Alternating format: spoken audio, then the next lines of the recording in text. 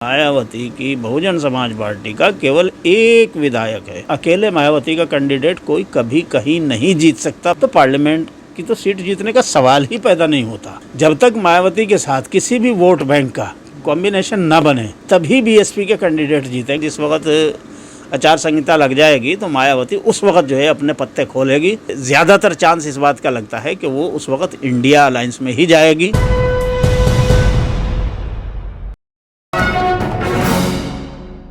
मायावती अक्सर जो है ऐसी जगहों पर बाई इलेक्शन नहीं लड़ती जहाँ पे उसे मालूम होता है कि भाई यहाँ हमारा कुछ ज़्यादा रखा नहीं है।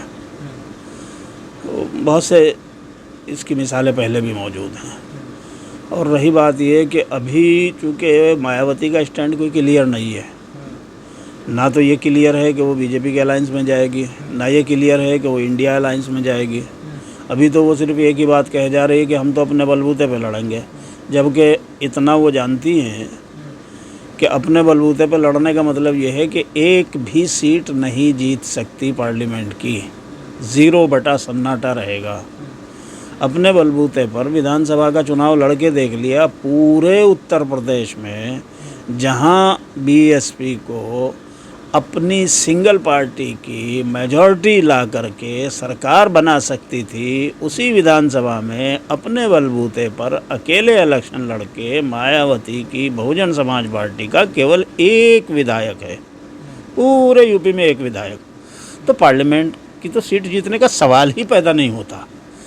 चूँकि जब तक मायावती के साथ किसी भी वोट बैंक का कॉम्बिनेशन न बने, चाहे वो स्वर्ण वोट हो, चाहे वो मुस्लिम वोट हो, किसी न किसी का कॉम्बिनेशन बनेगा तभी बीएसपी के कैंडिडेट जीतेंगे। मायावती के कैंडिडेट उसी वक्त जीत सकते हैं। अकेले मायावती का कैंडिडेट कोई कभी कहीं नहीं जीत सकता। बिल्कुल शुरू से लेकर के आज तक का रिकॉर्ड है मायावती का। मायावती ने खुद अपना पहला इलेक्शन जो है सन 83 में हरिद्वार सीट से लड़ा था। उस वक्त हरिद्वार उत्तर प्रदेश की सीट होती थी, मेरा गाँव भी उसी सीट में आता था। देवबंद का पूरा इलाका उसी हरिद्वार सीट में पड़ता था, लेकिन वहाँ से भी नहीं जीत पाई थी। लेकिन बगैर कॉम्बिनेशन, हालांकि अच्छे खासे मुसलमानों ने अगले इलेक्शन में वोट दिया। फिर बिजनौर से जीती, जब मुसलमानों ने सपोर्ट करके एक कॉम्बिनेशन बन गया दलितों का और मुसलमानों का, तो जीत गई।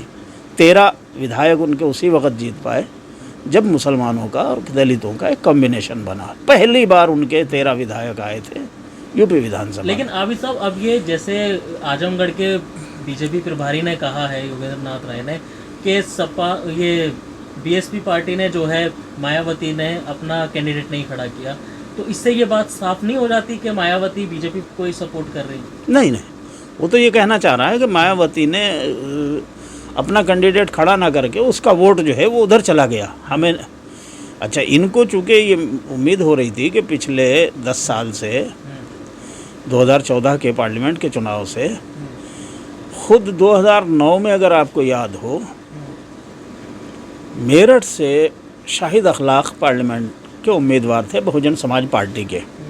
तो कोई डिफरेंस हुआ किसी तरह का, तो मायावती ने वहाँ पर बहुजन समाज के वोट यानी दलितों के वोटों को ये ऑर्डर कर दिया एंड टाइम पे, इलेक्शन से पोलिंग से 2-3 दिन पहले, कि भाई अपना वोट जो है सारा वो बीजेपी को दे दो, इसको हरवाओ। जो ऑफिशियल कैंडिडेट था खुद मायावती की पार्टी का अपना, उसको हराने का। और फिर सिर्फ कहा नहीं, बल्कि उसको जब वो हार गया, चुनाव के नतीजे आ गए, उसके कुछ 1 हफ्ते 1.5 हफ्ते के बाद जो है प्रेस कॉन्फ्रेंस करके बाकायदा उसका ऐलान किया मायावती ने कि चूँकि मुसलमान तो कट्टर होता है और मुसलमान तो कट्टर को वोट देते हैं, वो कट्टर है। वहाँ मेरठ से जो शाहिद अखलाक जो हमारा कैंडिडेट, वो कट्टर है और मुसलमान तो कट्टर को वोट देते हैं। तो इसलिए मैंने अपने लोगों से, अपने समाज से कहा कि अपना वोट ट्रांसफ़र करके बीजेपी को दे दो, कट्टर नहीं जीतना चाहिए। बिल्कुल क्लियर, वो आज भी वीडियो मौजूद है, आप निकाल के देख लीजिएगा, रिकॉर्ड में है चीज़ें। तो वहाँ से जब बीएसपी ने यानी खुद मायावती ने अपना वोट जो है बीजेपी की तरफ ट्रांसफ़र कराना शुरू किया, तो फिर दलितों के जो छुटभैया नेता हैं या जो है कुछ पढ़े लिखे स्कूल मास्टर टाइप के लोग हैं, तो उस तरह के लोगों को और कुछ सोशल एक्टिविस्टों को, दलितों को ये लगा कि भाई जब खुद मायावती जो है वो बीजेपी की तरफ उनको जो है ट्रांसफ़र कर रही हैं, तो हम बीजेपी से अगर बातचीत करें और कुछ थोड़ा सा उनसे अपना मामला करें तो हो सकता है। तो यही हुआ कि 2014 के चुनाव से पहले नरेंद्र मोदी ने अपने आप को फ़र्ज़ी तौर पर जो है, पहले तो गुजरात में मुख्यमंत्री रहते हुए अपने आप को ओबीसी में दर्ज कराया। हालांकि दुनिया जानती है कि वैश्य मोदी बनिया है, और बनिया का मतलब वैश्य समाज है, और वैश्य समाज जो है मनुस्मृति के एतबार से दुनिया जानती है कि ये स्वर्ण में आता है। बनिया समाज जो है वो वैश्य समाज वो स्वर्ण में है, और स्वर्ण में तीसरी कैटेगरी है, पहली ब्राह्मण, दूसरा ठाकुर राजपूत, और थर्ड जो है वो बनिया है। तो लेकिन मोदी ने अपने आप को मुख्यमंत्री रहते हुए पहले वहाँ पर जो है कि साहब मेरी बिरादरी, चूँकि वैश्य समाज में बनियों में तेली बिरादरी है, तो इसलिए जो है मैं तो ओबीसी हूँ। चूँकि तेली बिरादरी जो है वो एक अलग बिरादरी है, वो वाकई ओबीसी में है। वो सिर्फ गुजराती में नहीं है बल्कि पूरे हिंदुस्तान में मुख्तलिफ स्टेट में है। मुसलमान भी हैं तेली बिरादरी में, हिंदू भी हैं, और वो दोनों ओबीसी में हैं। तो मोदी ने उसी का फ़ायदा उठाते हुए पहले अपने आप को, यानी ये बनिया तेली है, तो पहले अपने आप को फ़र्ज़ी तौर पर ओबीसी में दर्ज करा लिया अपनी बिरादरी को, और फिर ओबीसी बन कर के तमाम दलितों को फुसला लिया और धोखा दे दिया कि साहब देखो मैं ओबीसी हूँ, और पहली बार ऐसा होने जा रहा है कि ओबीसी जो है वो देश का प्रधानमंत्री बनेगा। हालांकि उससे पहले देवेगौड़ा बन चुके थे, वो भी ओबीसी थे। तो क्या लग रहा है अब पूरे भारत में जो है, पूरे देश में यही नतीजे निकल कर के आएंगे 2024 में? नहीं, जब तक आप पूरे माहौल को नहीं समझेंगे तो नतीजे आप कैसे निकाल लेंगे? पहले तो माहौल को समझना है ना। तो मोदी ने जिस तरह से लोगों को धोखा दिया कि साहब मैं तो ओबीसी हूँ, तो पासवान भी उनके चुंगल में फंस गए, दूसरे जो बहुत सारे दलित और बैकवर्ड नेता थे और SC ST वाले थे वो इनके पीछे लग गए, और ख़ुद यूपी में मायावती का 65 से 75%, इधर बहुत थोड़ा वोट रह गया।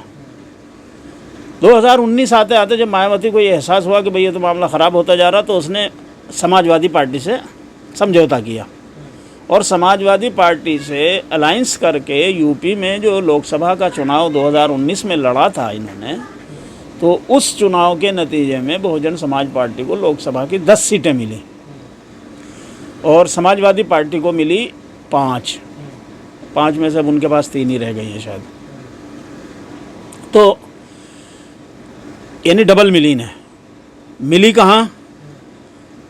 अमरोहा मुस्लिम और ओबीसी दलित कम्बिनेशन बना, सहारनपुर मुस्लिम दलित कम्बिनेशन बना, और दूसरे जहाँ जहाँ इनको के कैंडिडेट जीते हैं वो सारी उसी तरह की सीटें हैं, 10 की 10 कि मुस्लिम दलित कम्बिनेशन बन करके मायावती के। तो बिल्कुल क्लियर है इस बात को, ऐसा नहीं है कि मायावती जानती नहीं, वो जानती हैं, समझती हैं। लेकिन भाई जब ED CBI और इनकम टैक्स, वो सारे हथियार जो है बिल्कुल, वो सारी तोपें चलने के लिए तैयार हैं और गर्दन दबोचने के लिए तैयार हैं हर किसी की।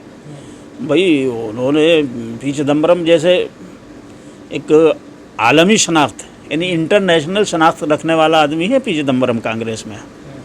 वो ये बात अलग है कि वो हिंदुस्तान में फाइनेंस मिनिस्टर भी रहे, होम मिनिस्टर भी रहे, लेकिन उससे बड़ी हैसियत उनकी ये है कि उनकी एक पहचान है इंटरनेशनल, इंटेलेक्चुअल टाइप का आदमी भी है, और फाइनेंस को बहुत समझता है और आलमी सियासत को समझता है। तो लेकिन ऐसे आदमी को भी जब इन्होंने उठा करके जेल में डाल दिया कई महीने तक, तो यहाँ तो बड़े बड़े दाव पे लगे हुए हैं। तो भैया गर्दन बचाने के लिए जो है कोई अलग भी लड़ सकता है, कोई उनके साथ भी जा सकता है, लेकिन ये हो सकता है कि जिस वक्त आचार संहिता लग जाएगी तो मायावती उस वक्त जो है अपने पत्ते खोलेगी, और फिर उस वक्त वो कोई डिसीज़न लेगी जैसा। और उम्मीद ऐसी है कि ज़्यादातर चांस इस बात का लगता है कि वो उस वक्त इंडिया अलायंस में ही जाएगी, और अपनी सीटों का तालमेल बना करके ये हो सकता है कि वो थोड़ी ज़्यादा सीटें मांगे, कम मांगे, उस पर होगा।